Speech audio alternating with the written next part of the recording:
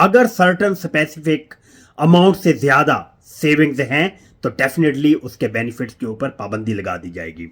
और दूसरे नंबर पर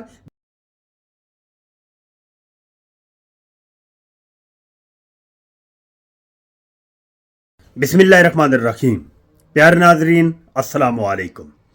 मैं हूं आपका मेज़बान मोहम्मद मुश्ताक।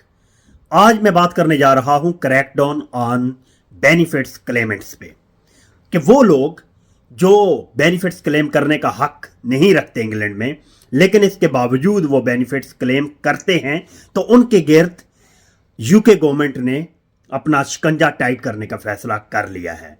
उनके ऊपर यूके गवर्नमेंट क्रैकडाउन करने का फैसला कर चुकी है। तो गवर्नमेंट ये डिसाइड कैसे करेगी कि ये बंदा जो है वो बेनिफिट क्लेम कर सकता है या ये शख्स जो है बेनिफिट क्लेम नहीं कर सकता। तो उसके लिए गवर्नमेंट, यूके गवर्नमेंट जो है वो कुछ टैक्टिक्स यूज करेगी।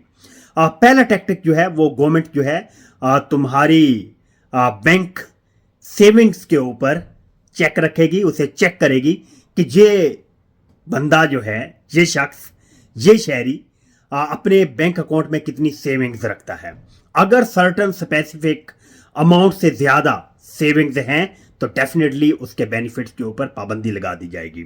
और दूसरे नंबर पर बैंक ट्रांजैक्शंस, इसके ऊपर गवर्नमेंट नजर रखेगी कि अगर कोई शख्स 10,000 पाउंड से ज्यादा बैंक ट्रांजैक्शंस करता है तो उसके ऊपर भी डेफिनेटली उसके बेनिफिट्स के ऊपर पाबंदी लगा दी जाएगी। और तीसरे नंबर पर bank transfers, amount transfers, for example आप पेपाल के जरिए से अमाउंट ट्रांसफर करते हैं, रिवॉल्ट के जरिए से अमाउंट ट्रांसफर करते हैं, या रिमिटली के जरिए से अमाउंट्स ट्रांसफर करते हैं, तो गवर्नमेंट ऑफ यूनाइटेड किंगडम इसके ऊपर भी नजर रखेगी। क्योंकि ये जो एप्लीकेशन होती हैं ये भी आपके फोन नंबर या जीमेल आईडी के ऊपर बनती हैं, तो इसके जरिए से भी आपको चेक किया जा सकता है। तो अब वो लोग जो हकदार तो नहीं हैं लेकिन बेनिफिट्स क्लेम करते हैं, तो वो अब गवर्नमेंट के शिकंजे से नहीं बच जाएंगे।